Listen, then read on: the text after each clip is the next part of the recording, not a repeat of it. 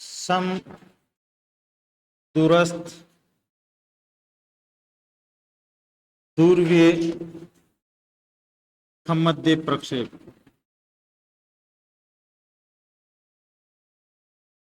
समदूरस्थ दूरवीय मध्य प्रक्षेप बनाने वाला विद्वान कौन था?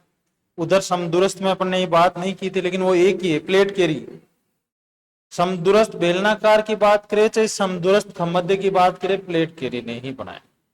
और उधर बेलनाकार समक्षेत्रफल की बात कर ले या जो दूरवीय समक्षेत्र की बात कर ले, लैम्बर्ट ने ही बनाया है।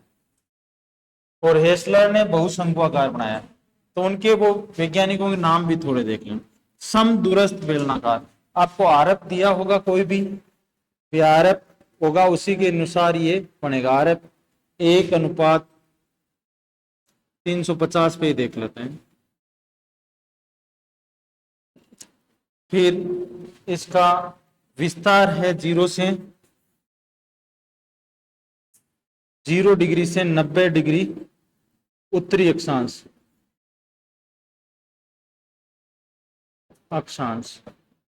पूरा विस्तार 0, पूरा देशांतरों में विस्तार बनता है। तो अपन आर का मान ज्ञात करते हैं। तो आर का मान ज्ञात करने के लिए पृथ्वी का वास्तविक व्यास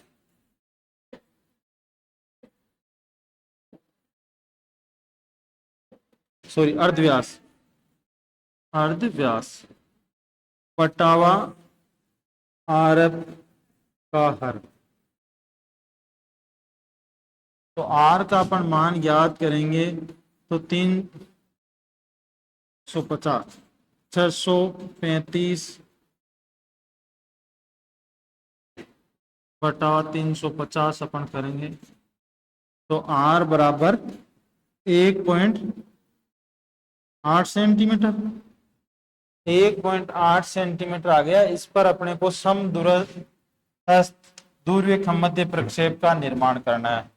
तो 1.8 सेमी का आपको रेखा खींचनी है और उस पे ये चतुर्थांश बनाना है। और आपको जितने अंतराल का कोण दिया है कि 15-15 डिग्री के अंतराल लेने हैं या 30-30 के अंतराल लेने हैं, उतने डिग्री का कोण बनाना है। जैसे 15 डिग्री का है तो 15 डिग्री का कोण बना दिया। फिर इसके बाद में एक सीधी रेखा खींचनी है। उस पर आपको केंद्र निर्धारित कर लेना है कि मेरे को ध्रुव ये बिंदु रखना है। उस बिंदु से ये दूरी नापनी है। आप ये इधर करोगे पहला चाप तो ये 75 हो जाएगा, 15-15 के अंतर ले रहे हो। फिर ये 60 हो जाएगा। फिर ये, एक मिनट थोड़ा सा छोटा बना लेते हैं।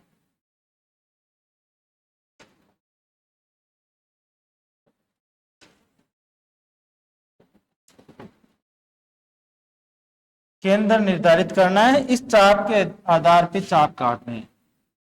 15, 75, 60, 45, 30, 15 और 0 डिग्री। 75, 60, 45, 30, 15 और 0 डिग्री। तो इन पे फिर एक ही केंद्र से वर्त बनाने हैं।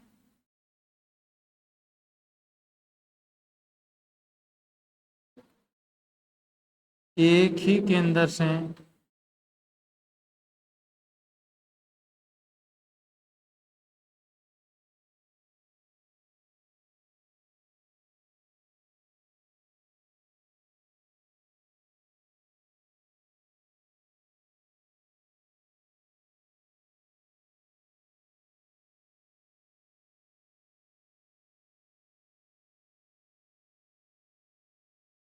पिछहत्तर, 60, 45, 30, 15 और एक और बना लेते हैं।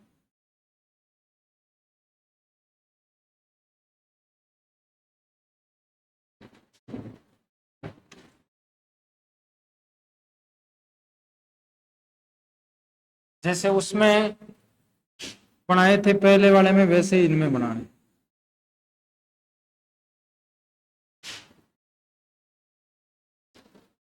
ये अंतर अपन 45-45 का ही रख लेते हैं।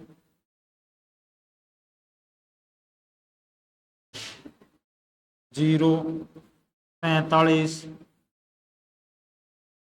90, 135, 180, 45, 90, 135, पश्चिमी देशांतर, और ये इधर पूर्वी देशांतर। 0, 15, 30, 45, 60, 75 और 90 डिग्री, ये आपका प्रक्षेप बन जाएगा। तो इसमें अपन ध्रुव एक बिंदु है, पहली विशेषता हो गई।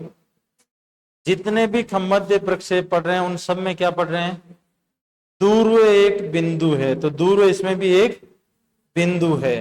फिर दूसरी बात कि सभी अक्षांशों के बीच की दूरी समान रखिए। इसका मतलब ये कह सकते हैं कि सभी अक्षांश रेखाएं समान दूरी के अंतराल पर खींचे गए सकेंद्रीय वृत्त है। समान दूरी पर के अंतर से खींचे गए सकेंद्रीय वृत्त है, तो एक ही केंद्र से अपन वृत्त बना रहे हैं। सभी अक्षांश रेखाएं समांतर रेखाएं हैं। देशांतर रेखाएं केंद्र से बाहर की ओर विकृत सरल रेखाएं हैं जो अक्षांश रेखाओं को समकोण पर काटती है। अक्षांश रेखाओं को समकोण पे काटती है। देशांतर रेखाओं के बीच की दूरी विषुवत रेखा से दूरों की ओर जा रहे हैं तो कम हो रही है। सामान्य विशेषता आ गई है। विषुवत रेखा से दूरों की ओर जा रहे हैं तो इनकी विषुवत रेखा से दूर के बीच में जा रहे हैं, देशांतर रेखाओं के बीच की दूरी कम हो रही। अक्षांशों के बीच की दूरी समान है। देशांतर यहां पे देखो ये इतनी है, फिर ये कम हो रही है ना, देशांतर रेखाओं के बीच की दूरी कम हो रही। वापस यहां तक जो थी बात करते हैं कि ध्रुव एक बिंदु है, सभी अक्षांश रेखाएं समांतर रेखाएं हैं, ठीक है।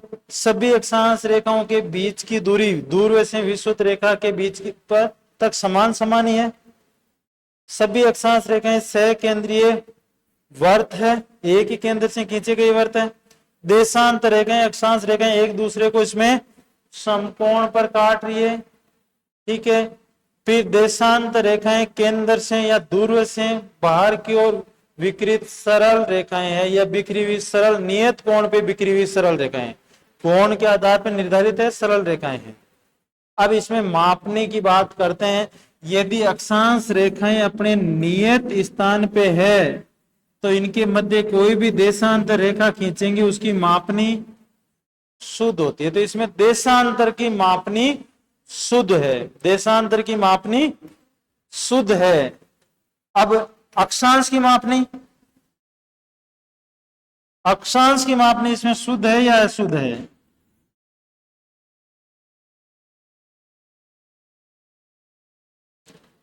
अशुद्ध है या शुद्ध है? अशुद्ध है। अशुद्ध है तो क्यों है? क्या बढ़ी हुई है? क्यों बढ़ी? क्यों बढ़ी? भी मैं कल कह रहा था कि देशांत रेखाओं के बीच की दूरी ग्लोब में ऐसे होती है और इस प्रक्षेप में ऐसे है, बाहर की ओर ज्यादा फैली हुई।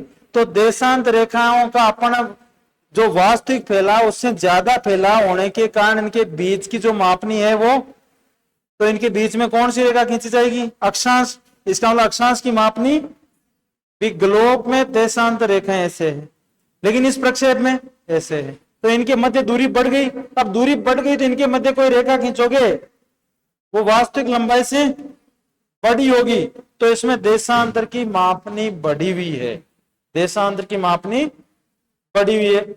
सभी का मध्य प्रक्षेप की क्या विशेषता थी? केंद्र से दिशा शुद्ध है, केंद्र से, तो इसकी भी केंद्र से दिशा सभी का मध्य में आएगी।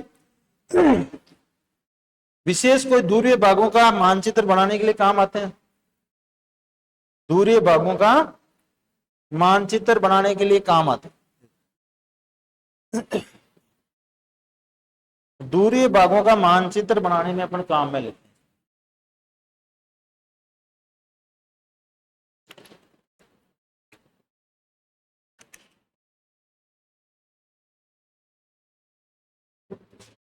दूर भागों का सामान्य मानचित्र और सभी खमुद्दे में ये भी होता है कि ये दूर भागों में शुद्ध दिशा है, इसलिए शुद्ध दिशा प्रक्षेप है, तो शुद्ध दिशा के लिए जो नौ संचालन है वो भी मानचित्र बन सकते हैं। लेकिन इनमें भी यदि स्पेशल तौर पे पूछा जाए तो केंद्रक वाला आएगा। इनमें भी विशेष तौर से पूछा जाए तो कौन सा आएगा? केंद्रक आएगा। ये इसकी सामान्य विशेषता है। अब अपन वापस बात करते हैं इसकी सारी, इसमें अलग अलग विशेषता, इसमें जो जितने भी खमध्य प्रक्षेप पड़े हैं उनमें सभी देशांतरों की मापनी शुद्ध इसी में आई है। सभी देशांतरों की मापनी इसी में आई है और किसी भी प्रक्षेप में नहीं आई थी। जो लंब कोणीय था उसमें आर के बराबर आई, छोटी आई थी। तिरवें में 2r के बराबर आई थी, बड़ी आई थी। और केंद्रक वाले में तो खूब दूर बढ़ रही थी। तो इसका मतलब कोई भी मापनी अभी तक शुद्ध देशांतर की नहीं आई है। देशांतर की मापनी शुद्ध आई है तो केवल इसी में आई है, समदूरस्थ में। और अक्षांश रेखाओं के बीच की दूरी समान है और कोई अलग विशेषता इसकी नहीं है। भी अलग कोई विशेषता नहीं है, सब में पढ़ रहे थे एक दूर एक बिंदु है, दूर बिंदु है। अब ये अलग विशेषता है कि इसमें अक्षांश रेखाओं के बीच की दूरी सभी जगह समान है। ये अभी तक जो खमध्य थे उनमें नहीं थी, खमध्य थे उनमें ये रही थी। तो दूरी समान है तो इनके मध्य कोई देशांतर रेखा खींचेंगे तो उसकी मापनी शुद्ध आएगी। ये बाकी खमध्य प्रक्षेप में ये विशेषता नहीं थी, तो इसमें है ये विशेषता। तो दूर एक बिंदु है, सभी अक्षांश रेखाएं समान समान दूरी पर है, सभी अक्षांश रेखाएं समांतर रेखाएं, सभी अक्षांश रेखाएं सकेंद्रीय वर्त है, सकेंद्रीय वर्त है। फिर देशांतर रेखाएं दूर से बाहर की ओर बिखरी हुई नियत कोण पे बिखरी हुई सरल रेखाएं हैं जो अक्षांश को समकोण पे काटती है। फिर अगली बात कि इसमें देशांतर रेखाएं हैं, उनके बीच की दूरी विषुवत रेखा से दूरों की ओर जा रहे हैं तो कम हो रही है। देशांतर रेखाओं के बीच की दूरी विषुवत रेखा से दूरों की ओर जा रहे हैं तो कम हो रही है, ठीक है। फिर इसमें देशांतर की मापनी शुद्ध है, पूछा जाए क्यों शुद्ध है? इसमें देशांतर की मापनी शुद्ध है तो क्यों शुद्ध है? क्योंकि अक्षांश रेखाएं अपने नियत स्थान पे है या बराबर दूरी पे है, इसलिए देशांतर की मापनी शुद्ध है। फिर पूछा जाए कि इसमें अक्षांश की मापनी अशुद्ध है, क्यों? क्योंकि देशांतर रेखाएं अपने वास्तविक फैलाव से अधिक फैली हुई है, इसलिए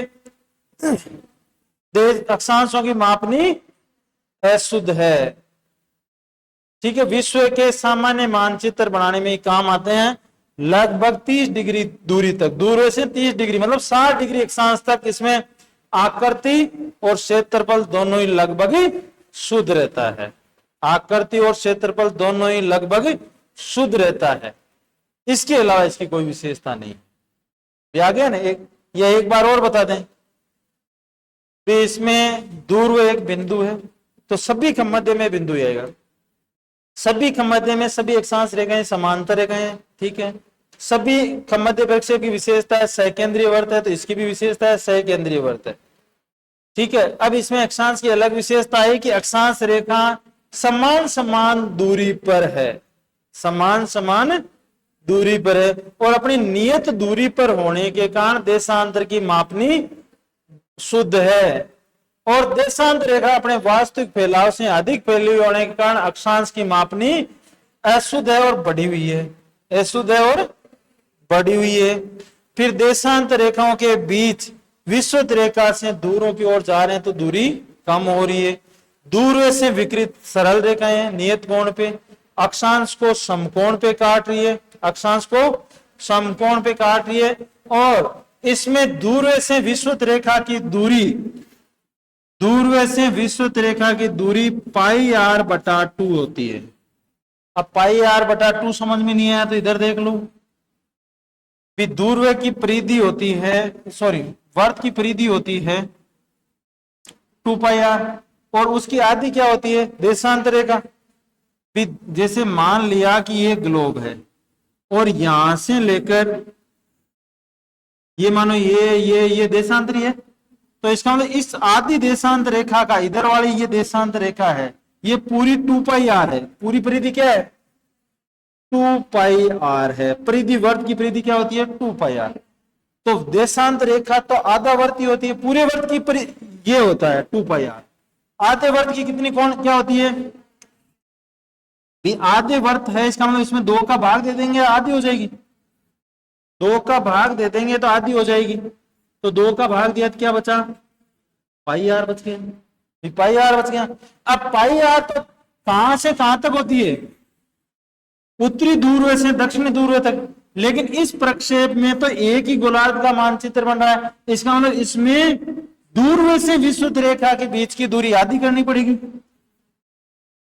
πr बटा, और πr बटा 2 है, इसका मतलब शुद्ध है। तो πr बटा 2 के बराबर किस प्रक्षेप में देशांत रेखा की लंबाई बनती है? तो इसमें बनती भाई πr के बराबर किस में बन रही थी? ये बताओ। देखिए πr के बराबर किस प्रक्षेप में देशांत रेखा की लंबाई बढ़ रही? समदूरस्थ बेलनाकार में। उसमें देशांत, प्रत्येक देशांतर की मापनी शुद्ध पढ़ रहे थे, πr पढ़ रहे थे, और इसमें उसकी आधी है। तो इसका मतलब ये, और कोई अलग विशेषता इसकी नहीं है। आगे बढ़े। अब है ध्रुवीय मध्य समक्षेत्र प्रक्षेप। समक्षेत्र प्रक्षेप अरे वही रख लेते हैं अपन।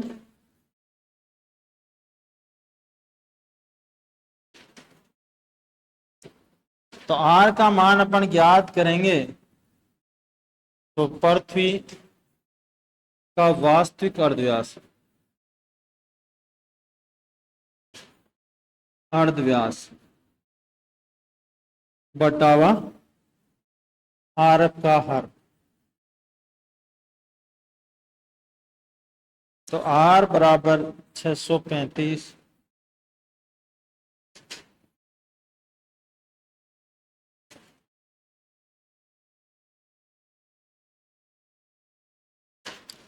8 सेंटीमीटर। ये हो अपने 1.8 सेंटीमीटर की त्रिज्या आ गई। ये करने के बाद में 1.8 सेंटीमीटर की त्रिज्या खींचनी है और उस पे चतुर्थांश बनाना है। ये चतुर्थांश बना दी।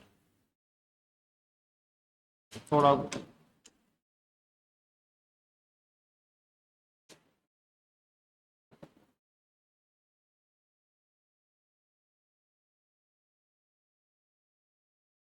ये बना दी। अब इसमें आपको जितने अंतराल दिया हुआ उतने उतने अंतराल के कोण बनाने हैं, उतने उतने अंतराल के कोण बनाने हैं। जैसे अपने को 30-30 का अंतराल दिया हो तो 30 और 60 का कोण बना देंगे, 30 और 60 का कोण बना देंगे। अब और यदि अपने पास में 15-15 का दिया हुआ तो अपन 15-15 डिग्री के कोण बना देंगे। तो जैसे 15, 30, 45, 60 और 75। ठीक है। फिर एक रेखा खींचेंगे, एक रेखा खींच के केंद्र निर्धारित कर लेंगे। और ये भी देखो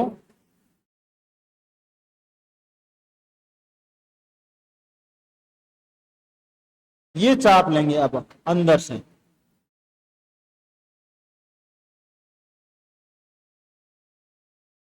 ये चाप अपन भरेंगे 60 डिग्री, 75 के लिए ये, 60 के लिए ये,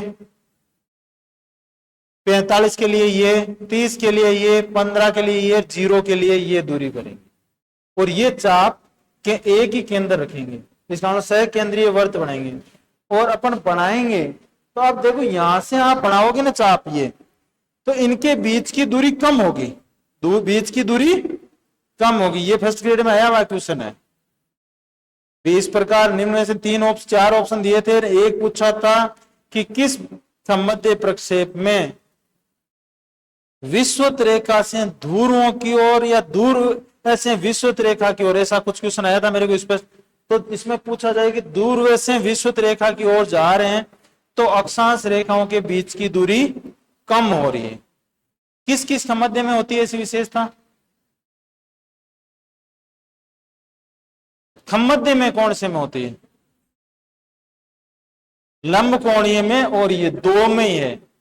एक में तो क्या है, बराबर है जो भी पहला पढ़ा था, और दो में दूरों की तरफ दूरों से विश्वत रेखा की ओर आ रहे हैं तो बढ़ रही है, दूर से विश्वत रेखा की ओर आ रहे हैं तो बढ़ रही है। केंद्र में तो विश्वत रेखा ही नहीं दिखा सकते, तिरवे में भी बढ़ रही है, दोनों में बढ़ रही है। अब लंब कोणीय में कम हो रही थी और इसमें भी कम होगी, इनमें भी कम होगी। तो जैसे ये पूछा जाए किस प्रक्षेप सम्मध्य प्रक्षेप में दूर से विश्वत रेखा की और अक्षांश रेखाओं के बीच की दूरी कम होती है, तो ऑप्शन दो ये देंगे, एक तो देंगे केंद्रक सम्मध्य, एक त्रिवेम सम्मध्य, एक समदूरस्थ और एक समक्षेत्रफल। फिर वो लंब कोणीय नहीं देंगे ऑप्शन में, वो लंब कोणीय देंगे तो ये नहीं देंगे, लंब कोणीय देंगे तो ये नहीं देंगे।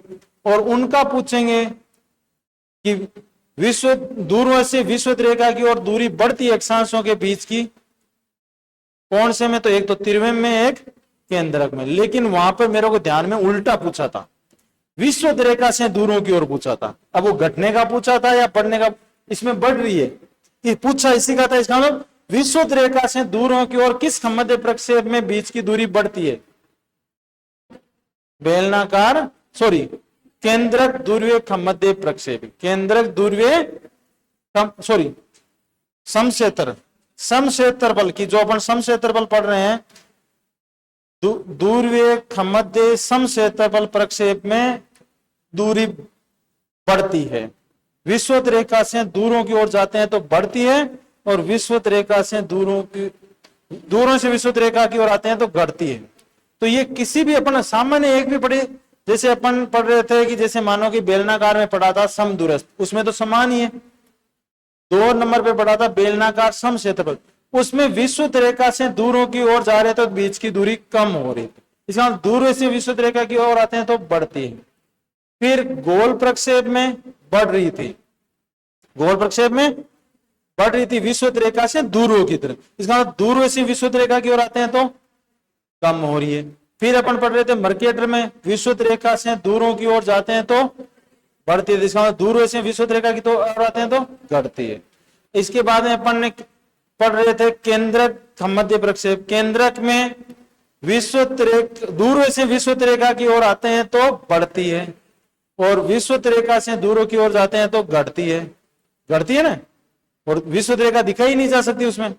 फिर 2 नंबर पे पढ़ रहे थे त्रिवेम, त्रिवेम में क्या था, वही दूर से विश्वत रेखा की ओर आ रहे हैं तो बीच की दूरी बढ़ रही थी अक्षांशों के बीच में, विश्वत रेखा से दूरों की ओर जाएंगे तो कम होगी। फिर लंब कोणीय, लंब कोणीय में पढ़ा था कि दूसरे से विश्वत रेखा की ओर आ रहे हैं तो कम हो रही थी, कम, विश्वत रेखा से दूरों की ओर जाएंगे तो बढ़ेगी, ठीक है। फिर समदूरस्थ में समान ही थी, और अब ये आ गया इसमें दूर से विश्वत रेखा की ओर आते हैं तो बीच की दूरी कम होगी, और विश्वत रेखा से दूरों की ओर जाएंगे तो अक्षांशों के बीच की दूरी बढ़ेगी, ठीक है। अब देखो इसमें ये चाप लेके वर्तमान, ये चाप लेके वर्त बनाने हैं।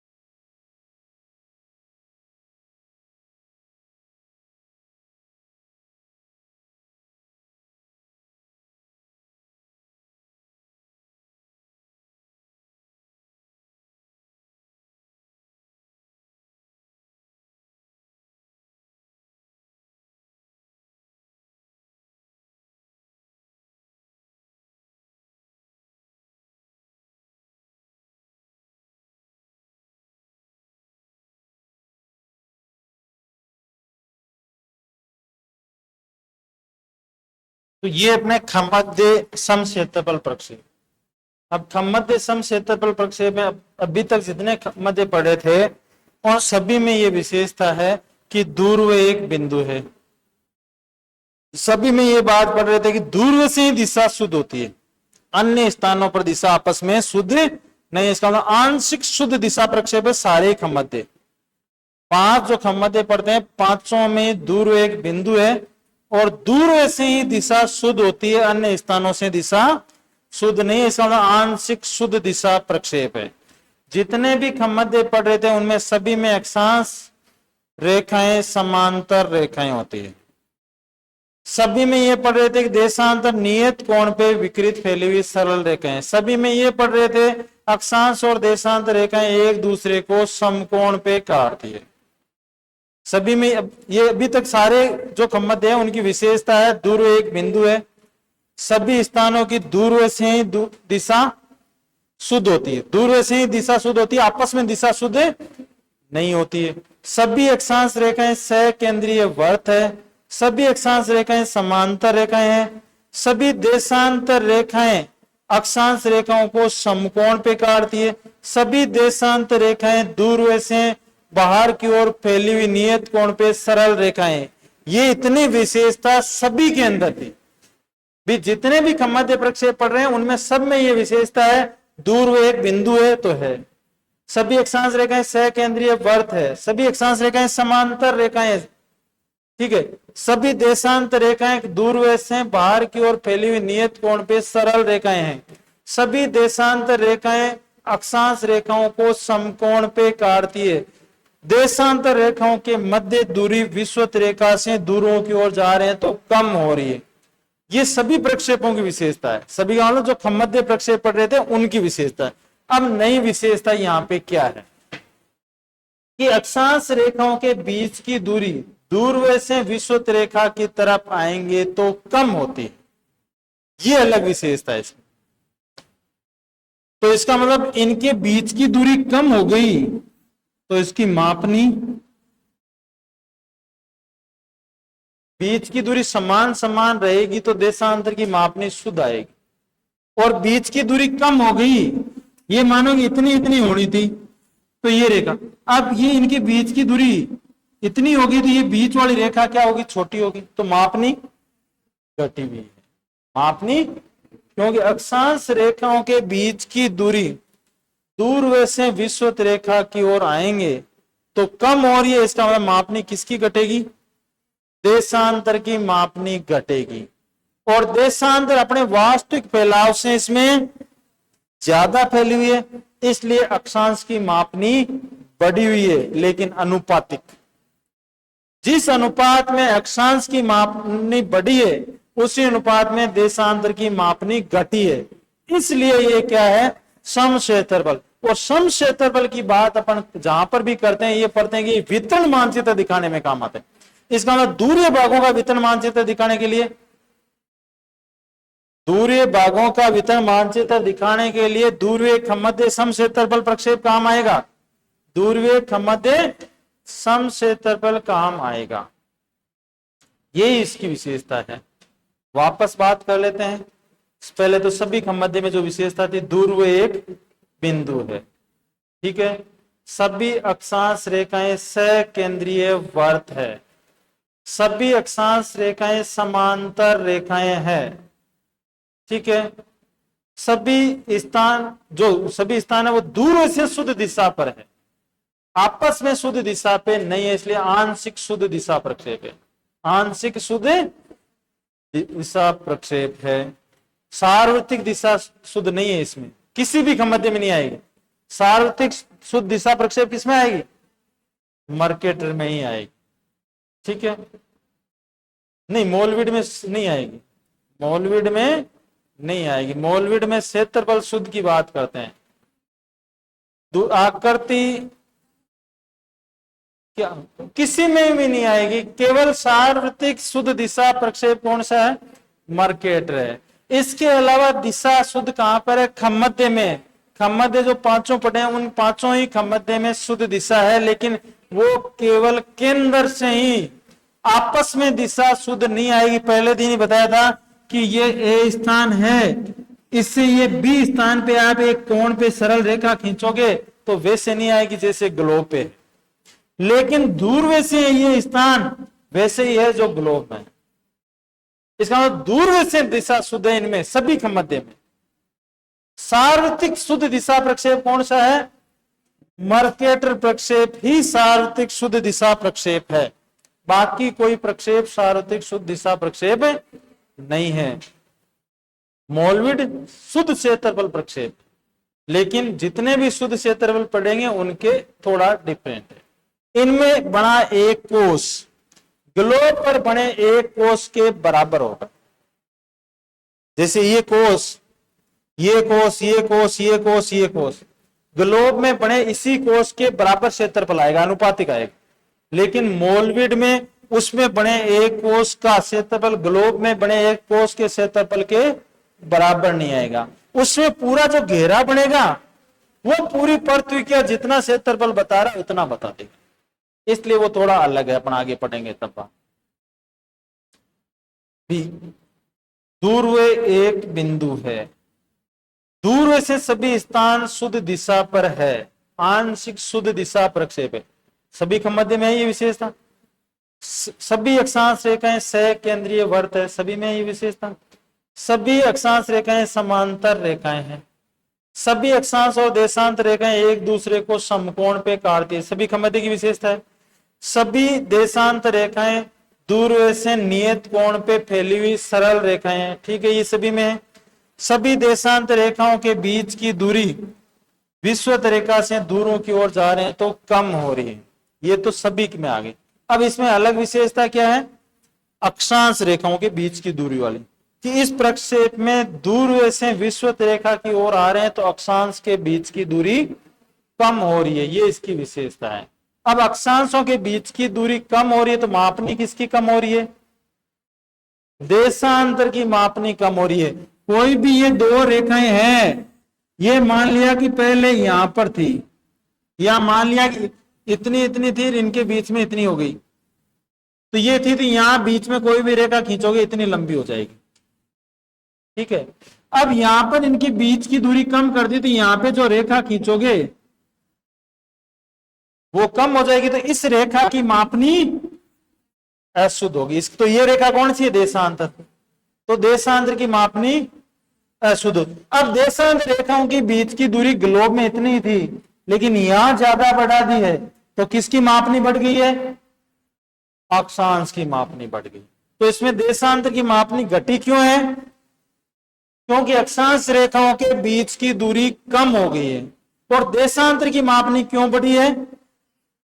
अक्षांशों के बीच की दूरी बढ़ गई है, इसलिए सॉरी, देशांतर की मापनी तो इसलिए शुद्ध है क्योंकि अक्षांशों के बीच की दूरी घट गई है, घट गई है, इसलिए देशांतर की मापनी छोटी है, अशुद्ध है, कम है। और अक्षांश की मापनी इसलिए बढ़ी हुई है क्योंकि देशांतरों के बीच की दूरी बढ़ गई है, और दोनों अनुपात में आ जाती है तो वहां पर क्षेत्रफल क्या होता है? शुद्ध होता है। जैसे मान लिया कि ये एक कोष बना हुआ है, उसमें ये 4 सेमी की अक्षांश रेखा है, ये भी 4 सेमी की अक्षांश रेखा है, ये 4 सेमी की देशांत रेखा है, ये भी 4 सेमी की देशांत रेखा है। तो इस कोष का क्षेत्रफल आ गया 16 वर्ग किलोमीटर या वर्ग सेमी, ठीक है। अब इसकी जगह आप ये कि ये देशांत रेखा कम कम अंतराल पे खींच दी, इनके बीच की दूरी, लंबाई तो बढ़ा दी 8 सेमी, लेकिन बीच की दूरी 2 सेमी ही कर दी है, 2 सेमी कर दी है। तो अक्षांश के बीच की दूरी यहां थी, अक्षांश, उसके बीच की दूरी कम हुई तो कौन सी लंबाई, किसकी लंबाई बढ़ी? देशांतर की लंबाई कम होगी ना। भी देशांतर इतनी 4 सेमी लंबी थी और इस प्रक्षेप में कितनी होगी? 2 सेमी। इसका मतलब देशांतर की मापनी क्या हुई है? घटी है, कम हुई है। और देशांतर ये 4 सेमी दूर थी, इनके बीच की दूरी बढ़ा दी, तो इनके बीच की दूरी बढ़ा दी तो लंबाई किसकी बढ़ी है? अक्षांश की लंबाई बड़ी है। तो दो विशेषता हो गई, एक तो इसमें अक्षांश देशांतर की मापनी घटी हुई है। क्यों घटी हुई है? क्योंकि अक्षांश रेखाओं के बीच की दूरी बड़ी नहीं, कम हुई है। अक्षांश के बीच की दूरी कम हुई है, अक्षांश के बीच की दूरी कम हुई है, ये अक्षांश के बीच की दूरी कम हुई है, तब देशांतर की मापनी कम हुई है। अक्षांश के बीच की दूरी कम हुई है, इसलिए देशांतर की मापनी अशुद्ध हुई है और घट गई है। और देशांतर के बीच की दूरी, देशांतर के बीच की दूरी वास्तविक फैलाव से ज्यादा हो गई है, क्योंकि अपन कह रहे हैं कि देशांतर इसी प्रकार फैली हुई, लेकिन इन प्रक्षेपों में कैसे हो रही है? ऐसे हो रही है। तो इसका मतलब इनके मध्य जो होगी वो अक्षांश है बड़ी होगी, तो अक्षांश की मापनी बड़ी हुई। तो इस प्रक्षेप में अक्षांश की मापनी बढ़ी हुई है, देशांतर की मापनी घटी हुई है, दोनों अनुपातिक रूप में बढ़ी और घटी है, इसलिए शुद्ध क्षेत्रफल प्रक्षेप है। दूसरी लाइन ये कह सकते हैं इसके लिए कि इस प्रक्षेप में अक्षांश रेखाओं के बीच की दूरी कम हुई है, देशांतर रेखाओं के बीच की दूरी बढ़ी है, इसलिए शुद्ध क्षेत्रफल है।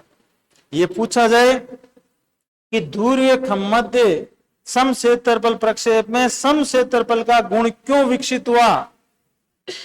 तो इसमें अक्षांशों के बीच की दूरी कम हुई है, देशांतरों के बीच की दूरी बढ़ी है।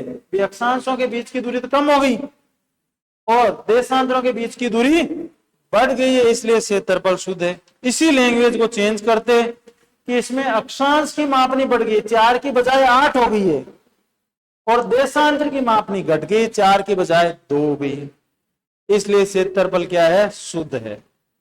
इसमें 8 और 2 को अपन गुणा करते हैं तो 16 ही आ रहा है, इसका क्षेत्रफल भी 16 ही था, इसका ही 16 ही है, तो क्षेत्रफल तो शुद्ध हो गया, क्षेत्रफल तो शुद्ध है। लेकिन क्यों शुद्ध बना? वो एक की मापनी बढ़ी है, एक की मापनी घटी है, और अनुपातिक रूप से, इसलिए शुद्ध क्षेत्रफल प्रक्षेप। इस और विश्व का वितरण मानचित्र दिखाने के लिए इस प्रक्षेप को काम में लेते हैं। विश्व का वितरण मानचित्र दिखाने के लिए इस प्रक्षेप को एक बार और देख लेते हैं, फिर बढ़ते हैं आगे। ध्रुव एक बिंदु है, सभी अक्षांश रेखाएं सकेंद्रीय वर्त है, सभी अक्षांश रेखाएं समांतर रेखाएं हैं। अक्षांश रेखाओं के बीच की दूरी ध्रुव से विषुवत रेखा की ओर जा रहे हैं तो कम हो रही है। अक्षांश और देशांत रेखाएं एक दूसरे को समकोण पे काट रही है। देशांत रेखाओं के बीच की दूरी विषुवत रेखा से दूरों की ओर आ रहे हैं तो कम हो रही है, कम हो रही है। देशांत रेखाएं ध्रुव से बाहर की ओर नियत कोण पे फैली सरल रेखाएं हैं। फिर अक्षांश रेखाओं के बीच की दूरी कम होती है, इसलिए देशांतर की मापनी कम है। देशांतर अपने वास्तविक फैलाव से अधिक फैले होने के कारण अक्षांश की मापनी बढ़ी है। अक्षांश और देशांतर की मापनी, अक्षांश की मापनी बढ़ी है और देशांतर की मापनी घटी है अनुपात में, इसलिए शुद्ध क्षेत्रफल प्रक्षेप है। और जो भी शुद्ध क्षेत्रफल दो प्रक्षेप की बात अपन कर रहे थे, शुद्ध क्षेत्रफल में 5 प्रक्षेप पढ़ते हैं। बोहन प्रक्षेप, बोहन प्रक्षेप में इस प्रकार की विशेषता नहीं, और जैसे बोहन है वैसे ही सिनुसाइडल है। जैसे बोहन पढ़ रहे हैं वैसे ही उसका संशोधित रूप क्या है? सिनुसाइडल है, तो वो भी शुद्ध क्षेत्रफल प्रक्षेप है। फिर ये विशेषता बेलनाकार सम क्षेत्रफल में भी यही थी कि उसमें अक्षांशों के बीच की दूरी कम हो रही थी, देशांतरों के बीच की दूरी बढ़ रही थी अनुपात में, इसलिए शुद्ध क्षेत्रफल था।